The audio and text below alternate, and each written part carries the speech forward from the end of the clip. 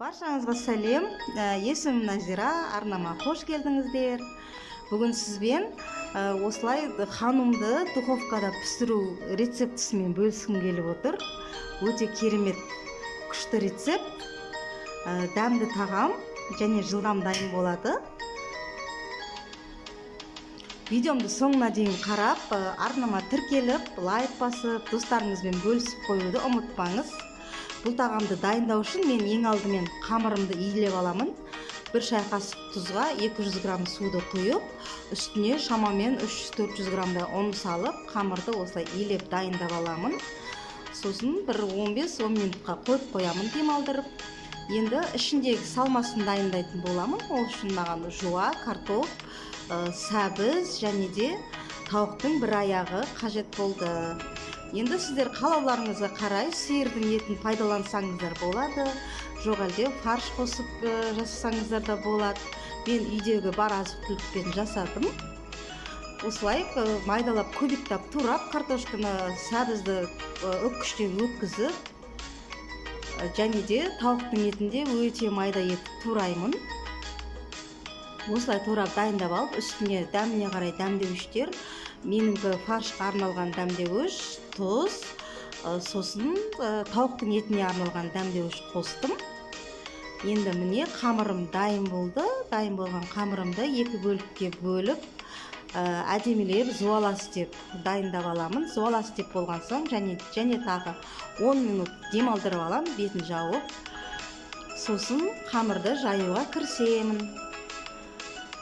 Достар, ой пікірлеріңізді комментарий бөлімінде қалдырып қойсаңыздар қатты қуанып қалар едім.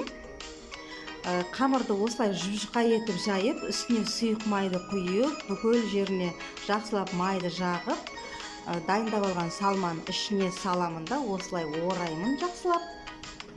Орап, противенге астына пергамент қағазын төсеп, осылай салып, духовкада 250 градуста 40 минут пісіріп аламын. Бетіне жұмыртқа жағып, қалауыңызға қарай мак сепсеңіз де болады, сеппей-ақ қойсаңыздар да болады. Ол енді өздеріңіздің қалауларыңызға қарай. Мінекей, мен тамағым дайын болды. Өте дәмді болып шықты. Менімен бірге осылай жасап көріңіз міндетті түрде. Өте керемет, иісі деген айта алмаймын. Міндетті түрде жасап көріңіздер. Видеомды соңына дейін қарағаныңыз үшін сізге көп рахмет. Бұл тағам өзі негізі ең жылдам оңай тағамдардың бірі ғой. Осылай жайып дайындап, арасына салып, духовкаға тығасыз отыра бересіз. Сонымен өзі 40 минуттың ішінде осылай дәмді болып пісіп шығады. Қандай керемет. Асыңыз дәмді болсын.